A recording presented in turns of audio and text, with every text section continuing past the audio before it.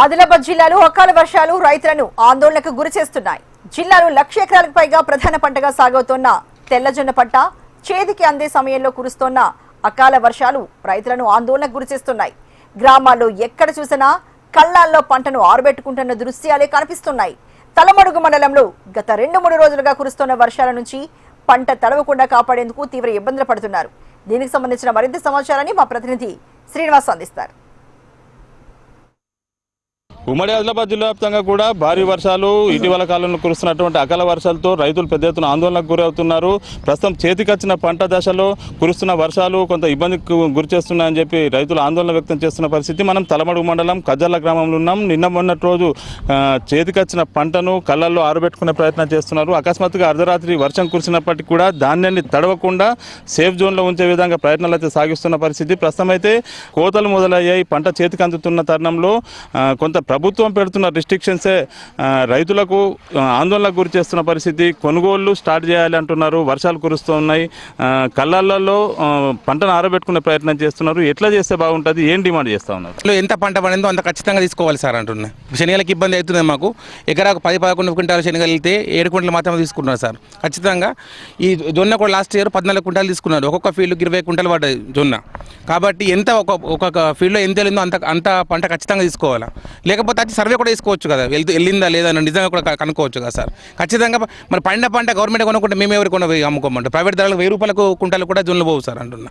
మరి ఇప్పటి నుంచి కూడా స్టార్ట్ చేస్తేనే మంచిగా ఉంటుంది మార్కెట్. మాకు కూడా దీన్ని తీసుకెళ్ళి ఎక్కడ పోయమంటారు? ఇప్పుడు ఎక్కువ రోజులకి ఇంత ఆపితే కూడా వాసన వస్తాయి. ఇంటి దగ్గర ఎంత మంచిగా ఎండబెట్టి ఇంటికాడ పోసినా కానీ వాసన వస్తుంది.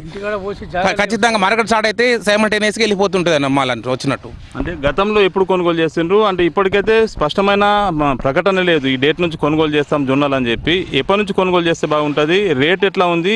ఎంత పరిమితి పెట్టాలి? లాస్ట్ ఇయర్ ఏప్రిల్లో ఉన్నారు సార్. ఇప్పుడు కూడా ఆ టైంలోనే అదే ప్రకారం షెడ్యూల్ రిలీజ్ చేసి తీసుకుంటే మంచిగాని వెంటనే మాల్ వెళ్ళిపోతుందని అనుకుంటున్నాం సార్ మేము కూడా. అయితే గతంలో చూసుకుంటే కొంత పరిమితి తగ్గించారు. అంటే 8-9 కుంటలు కొంటుండే. గత సంవత్సరం 14 కుంటలు జొన్నలు కొన్నారు. ఈ సంవత్సరం ఎట్లా ఉంది పంట? ఎంత కొనాలి అసలు? దిగుబడి అయితే ఇప్పుడు 20 కుంటాలు అయితే దిగుతున్నది. ఆ 20 కుంటాలు 18 కుంటాల నుంచి 20 కుంటాలు తీసుకున్నా కానీ అయితే ఠీకే. తక్కువ చేసినైతే నిన్న మార్కెట్లో ఆ వికాస్ అయిన అనే వాళ్ళు ప్రైవేట్ వాళ్ళు వచ్చిండ్రు.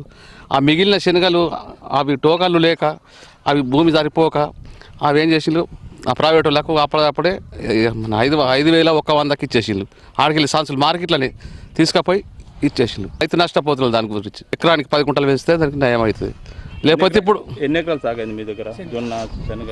500-600 ఎకరాలు జొన్న ఉంటుంది.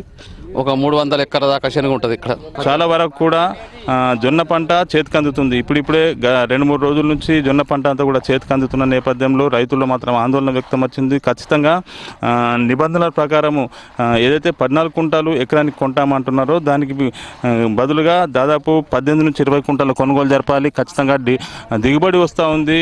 మిగతా పంటని ప్రభుత్వానికి కాకుండా ప్రైవేట్కి అమ్ముకుంటే ఖచ్చితంగా నష్టపోతాము. ప్రస్తుతం అయితే కురుస్తున్నటువంటి అకాల వర్షాల కారణంగా పెద్ద ఎత్తున ఆందోళన చెందుతున్నాము.